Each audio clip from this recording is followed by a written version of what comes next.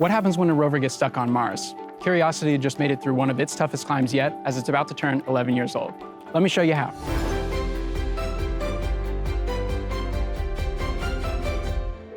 Here in the Mars yard, test rovers try out terrain that the actual rovers on the red planet have to deal with.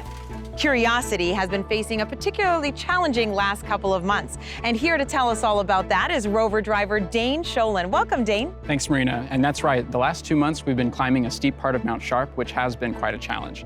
The good news is our team has found a detour and we're back on track.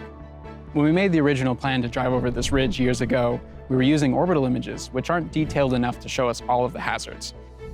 It was only when Curiosity got close and took images of the area that we could see just how much of a challenge it would be. It's like the difference between Google Maps and Street View. There are 3 things that make driving on Mars hard: steep slopes, rocks, and sand, and this ridge had all 3. We tried 7 drives on the original route, but we kept slipping, and we have to be careful with Curiosity's wheels as they've already taken a lot of hits on the rough Martian terrain. We zigzagged around this area for a couple of weeks trying to make our way up the ridge, but we just weren't making any progress. We needed to try something different. Let's head to the place where we plan our routes. From testing to actually planning the rover drives, how did you come up with a new route? Well, there's actually a team of us that plan our routes, which can be tricky. We're essentially off-roading because there's no roads on Mars, yet. Us rover planners work with the science team members to pick our routes to get to the interesting locations while avoiding the hazards.